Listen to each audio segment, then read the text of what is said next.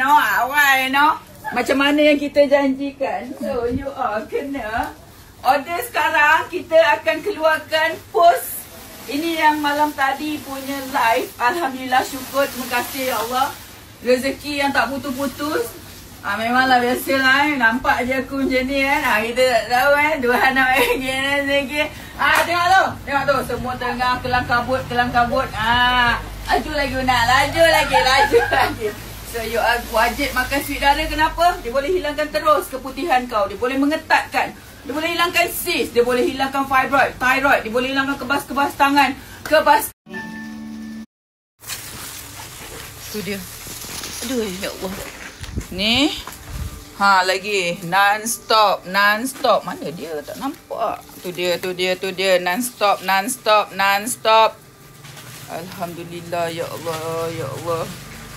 Sebab tu kita pagi-pagi kita dah turun padang. Sebabnya tak berhenti ni. Mungkin 5 kali postman akan datang ambil korang punya sweet dara. So siapa nak putihkan ketiak, wajib order dekat kita original. Jangan terbeli yang fakir Memang menggelepuh je ketiak-ketiak kau. Dapatkan sweet dara original. Nampak tu. Orang order tanpa henti. Nampak tu. Nampak tu. Satu hari production sweet dara untuk post sahaja 10,000K. So korang dapatkanlah sekarang. Tekan link ni. Engkau saja yang sentiasa. Bos macam ni relax. Relax. Anak-anak murid buat kerja lelak. Apa dah.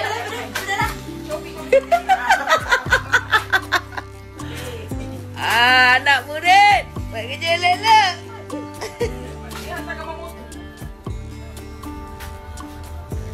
Sama-sama pertahankan kesetiaan.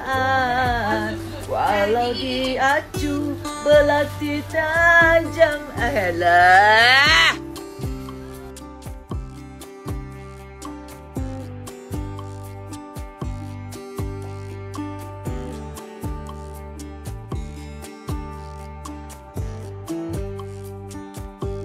Diva coming, diva.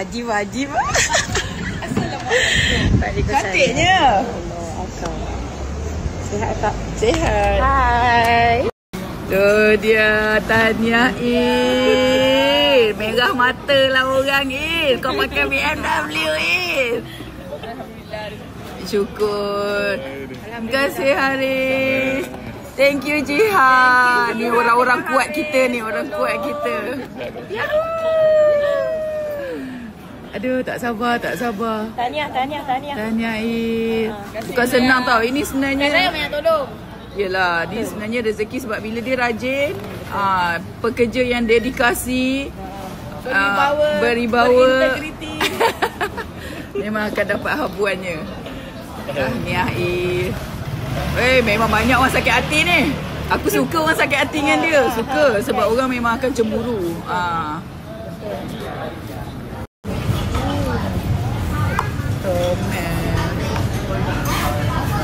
Thank you Kak. Thank you Il. Belanja. Sama.